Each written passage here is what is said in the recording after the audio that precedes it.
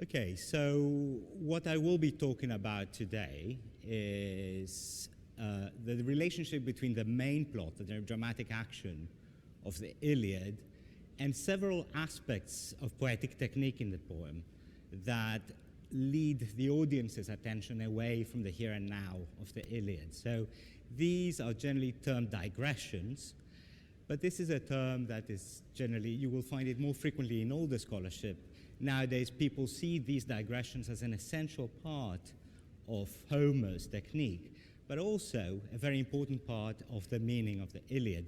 So,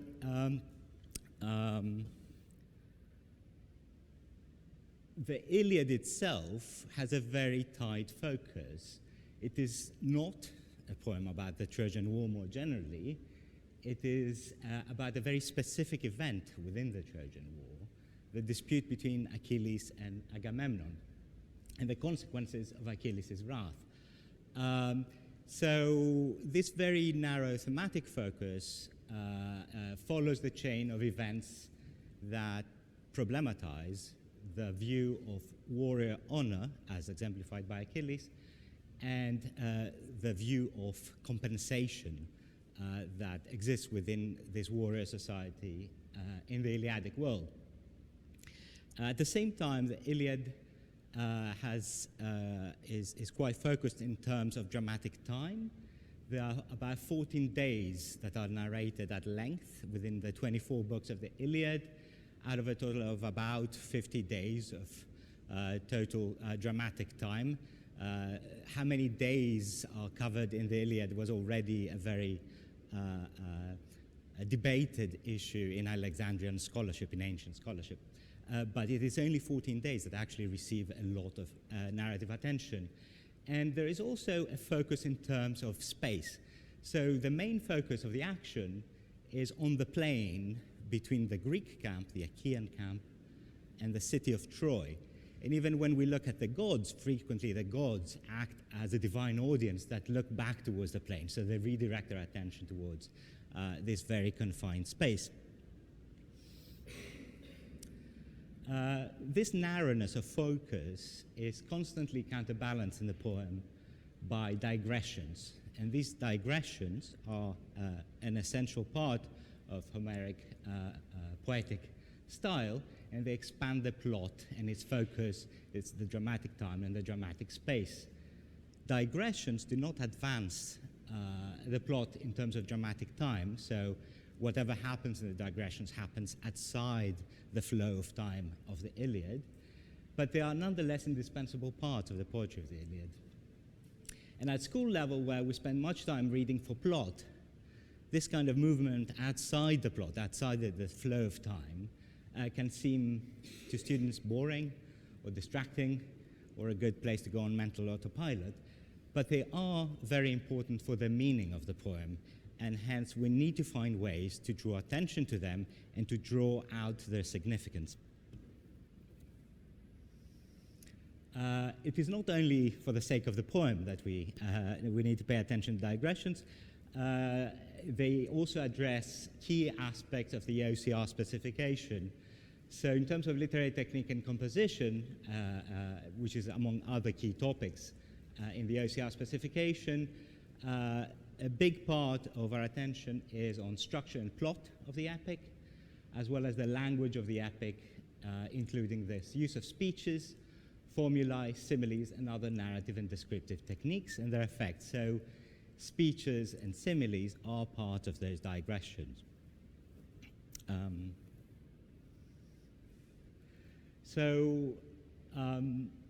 Forms and types of digression that I will be focusing on today are flashback and foreshadowing that move to past events and future events, similes, speeches, and a particular subset of speeches, stories of moral instruction, which in the Greek you will find them sometimes.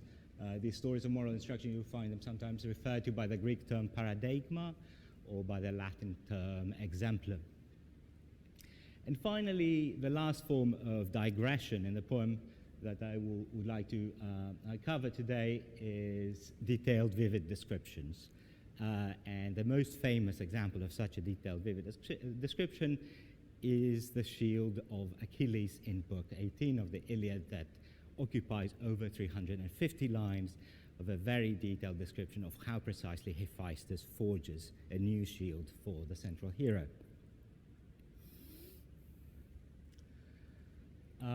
Okay, flashback first of all.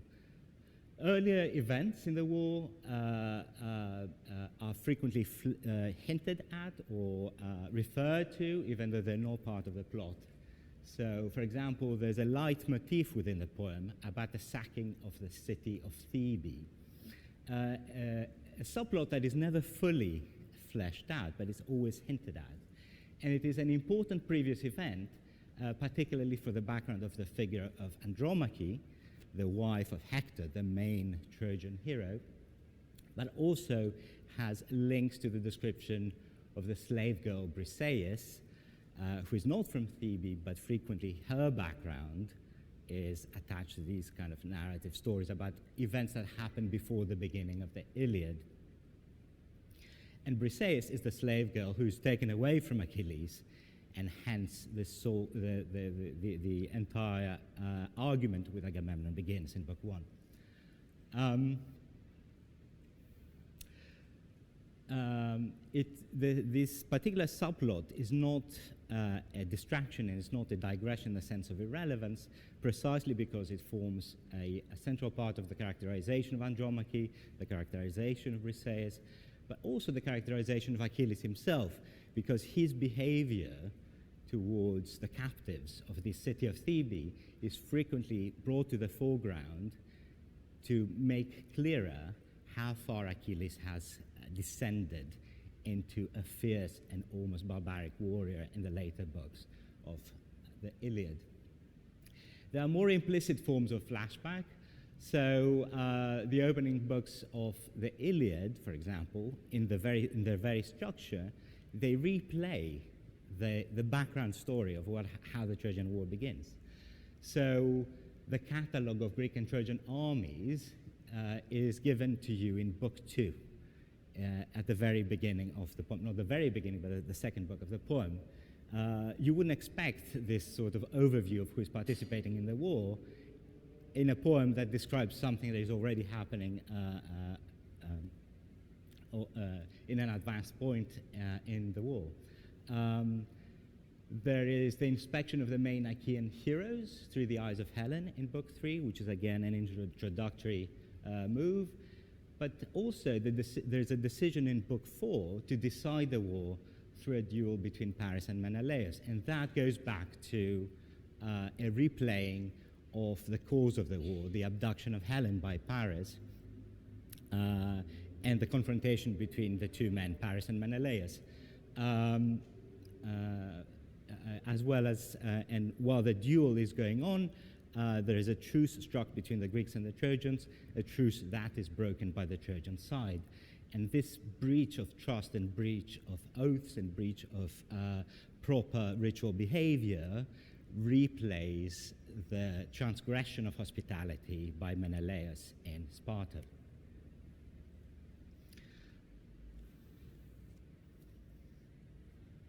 There are also more general flashbacks to what happens before the war that certainly bring to the foreground the contrast between peace and war. So in a poem that is occupied entirely by battle, there are frequent glimpses at a peaceful time that happen at particularly important points in the plot. And perhaps the most famous such case is the description of Achilles chasing Hector around the walls of Troy in Book 2 just before he kills him, where we have this almost digressive description of where the Trojan women used to wash their clothes, but the description itself is significant in this particular point. Past the place of watch and the wind-waved wild fig tree they sped, ever away from under the wall along the wagon track, and came to the two fair-flowing fountains where well up to the two springs that feed eddying Scamander. The one flows with warm water, and round about it smoke goes up from it as from a blazing fire, while the other, even in summer, flows cold as hail or chill snow or ice that water forms. And there, near the springs, are broad washing tanks, fair and made of stone, where the wives and fair daughters of the Trojans were used to wash bright clothes formerly in the time of peace, before the sons of the Achaeans came. And then we move directly back into the battle in the duel between Hector and Achilles. There are also cases where the poet encourages the audience to move beyond the time frame and the plot of the Iliad per se, in short narratives that at first sight seem irrelevant, but of course they have great thematic importance for how the poem unfolds. And perhaps one of the most prominent such cases are prophecies, cases where Zeus himself tells you what will happen in the rest of the poem. And frequently he moves beyond the time frame of the Iliad itself. So there are two famous prophecies by Zeus in Book 8 and Book 15. And in Book 15, in fact, he goes all the way down to the sacking of Troy, an event that is, of course, not narrated in the Iliad per se. There is also the prophecy of Thetis. So Achilles knows from the get-go that he has two choices. He can either win immortal glory in Troy but die there, or he can survive but return home completely obscure and without any glory. And this is already a leitmotif that is hinted at in Book 1, and it was revisited again in Book 9 and Book 18, and it culminates in Book 24, precisely through the encounter between Achilles and King Priam of Troy, the father of Hector, the main Trojan hero that Achilles has just slain.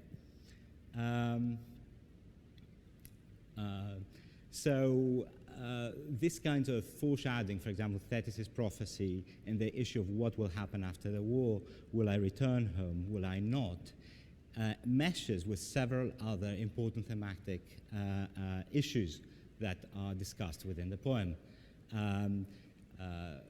such as the issue of return home, but specifically the issue of whether Achilles will see his father, Peleus, again.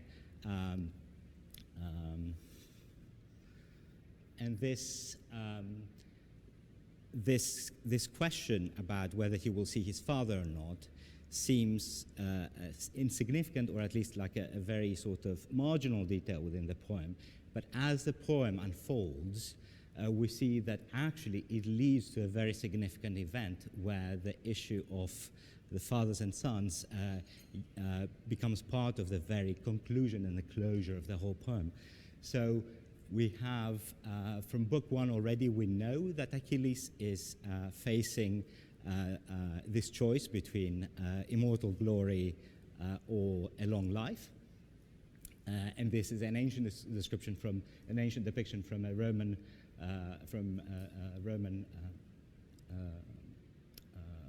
mural of the encounter between Achilles on the right and Agamemnon on the left. He's drawing his sword to slay Agamemnon, and Athene is pulling him by the hair from behind. This issue about his father recurs in Book 9. This is an ancient depiction of the embassy to Achilles after Achilles has decided to withdraw from battle and not return until the Achaeans suffer the consequences of his absence. The Achaeans send an embassy with gifts to make amends, and Achilles rejects that. Part of that embassy is a very long speech by this father figure called Phoenix, a warrior that suddenly appears in Book 9. He hasn't appeared before that at all. And he not only reminds him of how he was his tutor when Achilles was a child back in Greece, but he also tells him a very complex mythological story about another hero, a hero called Meleager, who withdrew from battle and did not accept any kind of compensation until it was too late. Now, we don't really know why it was too late for Meleager, because the story is narrated in a very sort of implicit way.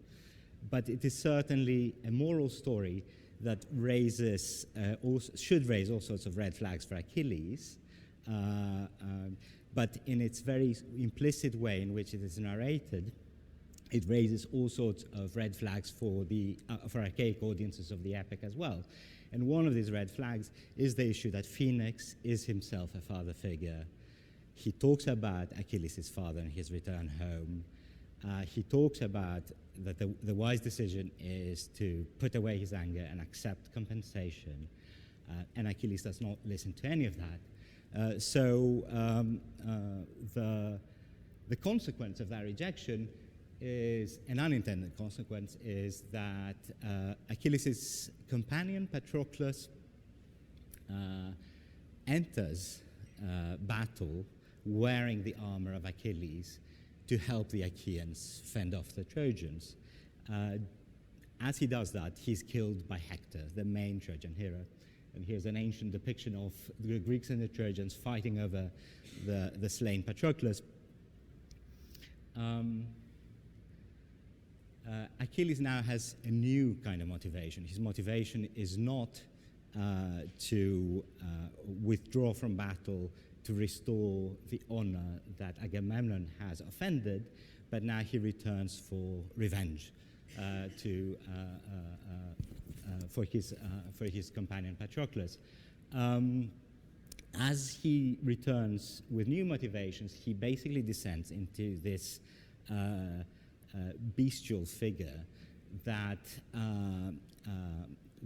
has moved well beyond the confines of normal warrior behavior, of what is frequently referred to as the heroic code, a concept that has a lot of variety but also some constant parameters. But at any rate, Achilles is now developing as a character in a very uncontrolled way. And one of the episodes that brings out that particular to the foreground is in the funeral games of Patroclus in Book 23, he offers a human sacrifice of Trojan captives, and that is precisely a depiction, an ancient depiction of that particular event. He continues looking for revenge by dragging the body of Hector in Book 24 around the Achaean camp, even though Hector is now dead, and we are told that he cannot find any satisfaction from this act of revenge. The gods asked him to stop, tell him precisely that this is not, that he's transgressing the divine will by doing that. But Achilles does not really find peace until he meets the father of Hector, who comes under cover of darkness to the Achaean camp to meet the murderer of his son, to offer him compensation and take the body of Hector back. Now, in this encounter, it is Priam who reminds Achilles of his own father, Peleus. And Achilles sees in Priam, the desolate father figure of Hector, his own father. And it is in this particular intersection that the narrative trajectory of Achilles' character, the descent into barbarity, stops. And he accepts compensation. He enters again the normal rituals of human society, and the poem is brought to a close. This kind of foreshadowing, the prophecy about whether Achilles will return home or not, is not just a random, prophecy that moves us beyond the Iliad because it would be nice to know what will happen after Book 24. It is a glimpse at what will happen later that has very significant thematic significance for the poem itself as it stands.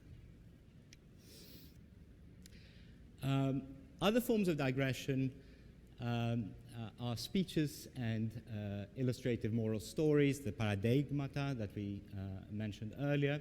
These are mythological stories or other stories about the past that are spoken by one character to another as an implicit form of instruction or exhortation. And their implicit nature also invites the audience to think about the links between the moral story and the wider plot of the Iliad. And as we mentioned, This is a particularly good example of this kind of moral story is Phoenix's speech in Book 9 in the story of Meleager, a mythical hero who withdraws from battle out of anger and does not accept compensation until it is too late. And for example, this speech offers a good example, would be a very good passage to focus on and invite students to think about, after they have read the whole of the Iliad, about what are the links between this very implicit mythological narration and the entire plot of the poem.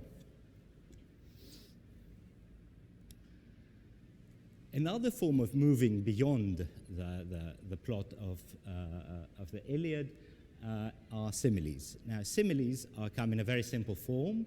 So there are very short similes in the poem that somebody is like a god or is fierce like a lion.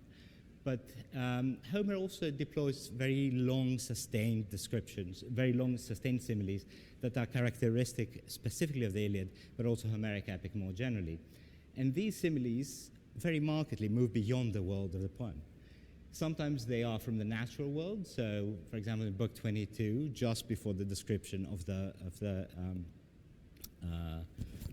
the fountains of Troy, we see that Achilles attacks Hector, and he's described through this particular simile as a falcon in the mountains, swiftest of winged things, swoops easily after a fluttering dove. She flees before him, and he close at hand darts again and again at her with shrill cries, and his heart commands him to seize her. So Achilles in his eagerness sped straight on, and Hector fled in terror beneath the wall of the Trojans and plied his limbs swiftly. So we moved into a very different world from the world of the Trojan battle plane, but sometimes we also move outside even the mythical time that is described in the epic world. We move to the everyday world of archaic Greeks. So the human world of real-time archaic Greeks sometimes comes in very unexpected and important parts of the poem. So this is the description of Priam in Book 24, begging the murderer of his son to accept compensation for the body.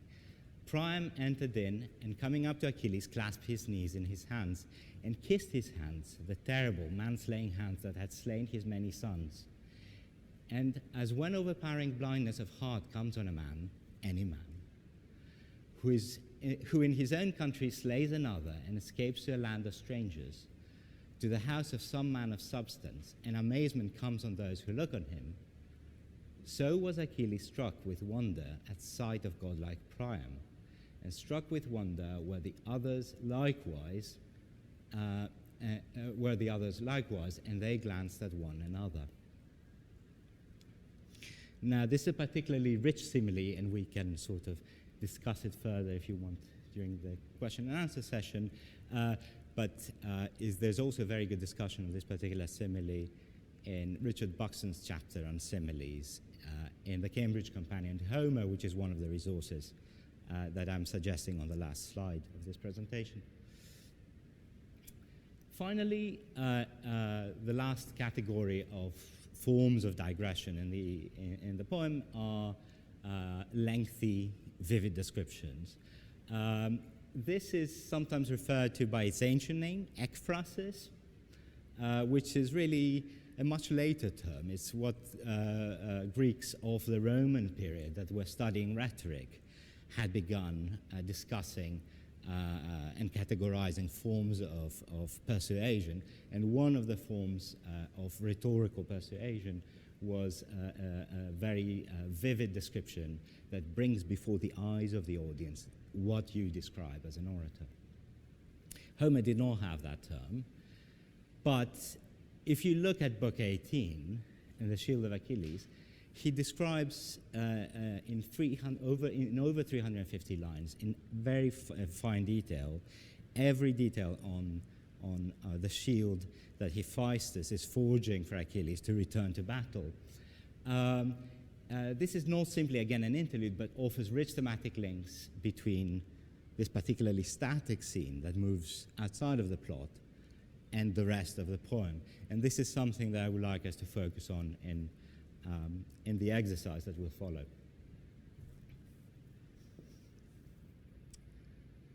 So if we are trying to generalize about what are the functions of such digressive parts in the Iliad, we can say that digressions do not allow generally for the passing of time within the poem, but they are not external to the rest of the plot.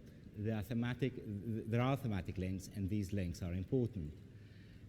Digressions step outside the time and space of the plot, and that is true of mythical stories that moved to an earlier world of heroes, flashbacks, foreshadowing, and similes.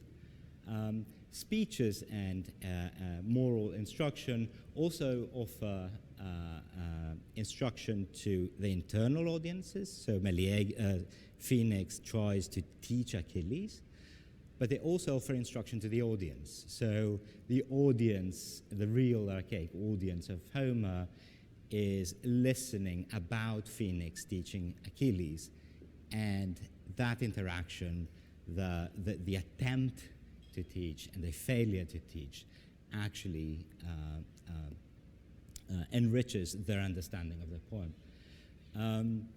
And finally, digressions and specifically speeches, they contribute to the characterization of the speaker themselves. So the character, and a classic example of that is the speech of Nestor, the best speaker and a very old and accomplished warrior on the Greek side in Book 1, who in the middle of the argument between Agamemnon and Achilles begins by telling them, you have to listen to me, you have to stop what you're doing.